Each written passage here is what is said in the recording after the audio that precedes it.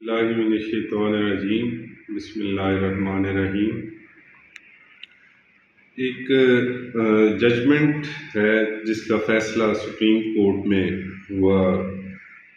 जो एक क्वैशमेंट दायर हुई लाहौर हाई कोर्ट में मुल्तान बेंच में, जिसमें एक एफआईआर को क्वैश किया गया, खारिज कर दिया गया एफआईआर को। High court Lahore Multan bench ने, जो कि एंटी करप्शन के हवाले से एफआईआर दर्ज हुई थी, रेवेन्यू ऑफिसर्स जो थे उनके खिलाफ एक फेक जाली जो है वो इंतकाल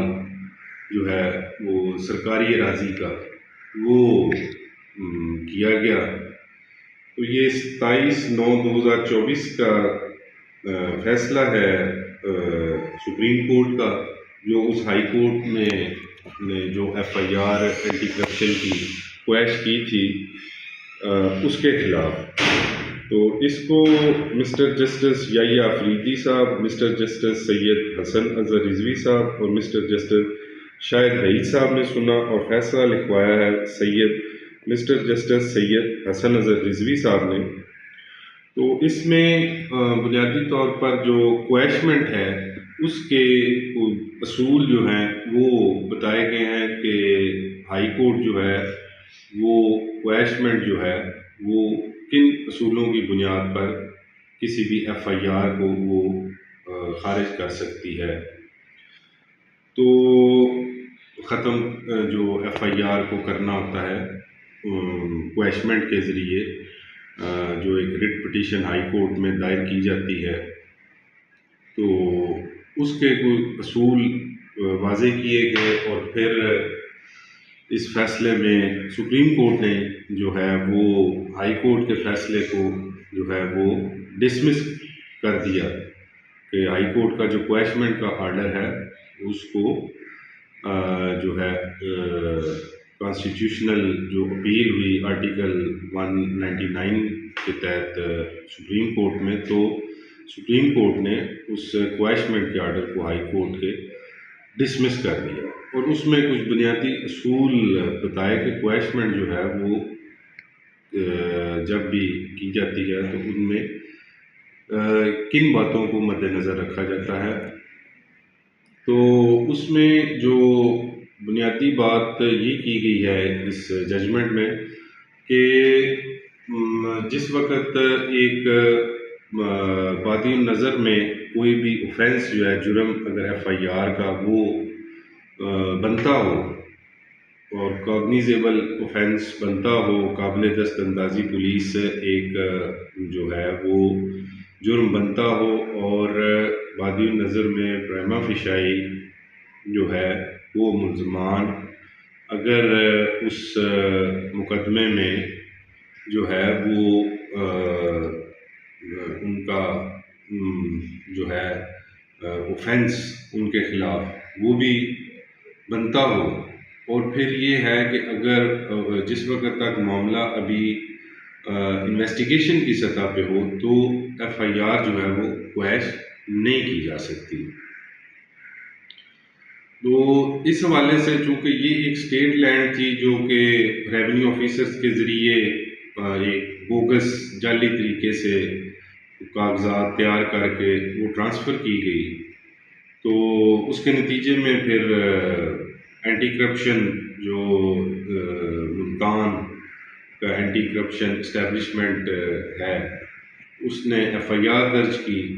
तो जब ये एफआईआर दर्ज हो गई तो फिर इसको जो है वो ख़त्म किया गया, क्वैश किया गया हाई कोर्ट मुल्तान बेंच ने। तो जब इस हवाले से जब ये जजमेंट पास हुई और हाई कोर्ट के इस फैसले को जो है वो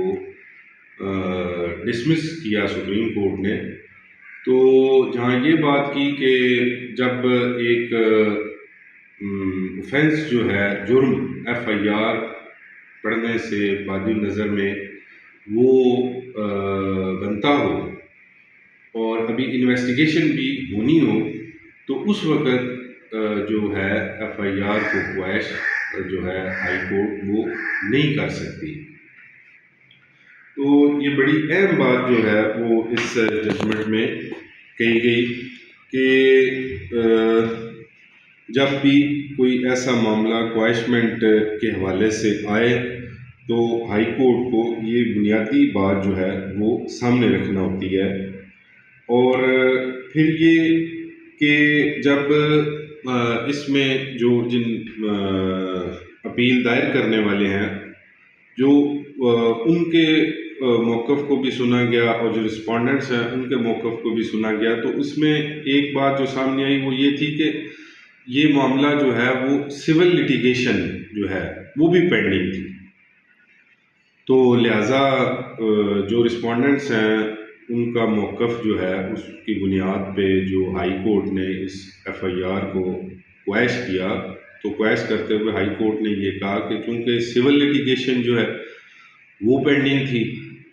लिहाजा इस वजह से भी एफआईआर क्वैश कर दी गई। लेकिन सुप्रीम कोर्ट में जब ये मामला आया तो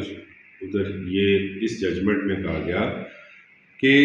क्रिमिनल और सिविल प्रोसीडिंग्स दोनों यकसां जो हैं वो हो सकती हैं, क्योंकि दोनों के जो हैं अपने अपने मकसद हैं कि क्रिमिनल प्रोसीडिंग्स के ज़रिए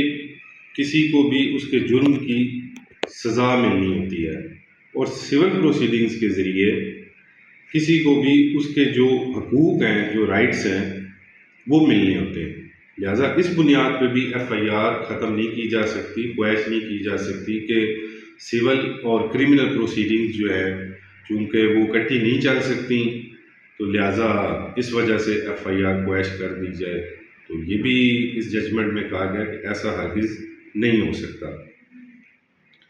तो इस हवाले से जो है वो मुख्तलिफ जो और बातें बयान हुई इस जजमेंट में कि एक हवाला दिया गया केस का PID 2023 सुप्रीम कोर्ट 265 पेज के जिसमें ये FIA का एक मामला था, तो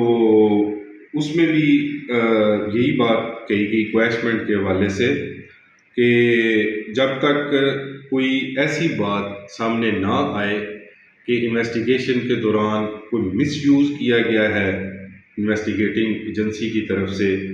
जो है FIR लॉन्च करते वक्त और बिल्कुल एक जुर्म बनता ही नहीं था, लेकिन इसके बावजूद FIR जो है वो दर्ज कर दी गई, तो तब तो FIR जो है वो क्वैश हो सकती है। लेकिन अगर प्रेमा फ़िशाई बादिल नज़र में जो है ऐसी बात ना हो, तो जुर्म भी बनता हो और अभी इन्वेस्टिगेशन भी होनी हो, तो इस बुनियाद पर जो FIR है जो उसको क्वैश हाई कोर्ट नहीं कर सकती। तो ये एक बड़ी इम्पॉर्टेंट जजमेंट है इस हवाले से कि किन बुनियादों पर जो है वो FIR को हाई कोर्ट अपनी रिट जुरिस्डिक्शन में वो क्वैश कर सकती है और किन बुनियादों पर नहीं कर सकती। बहुत शुक्रिया।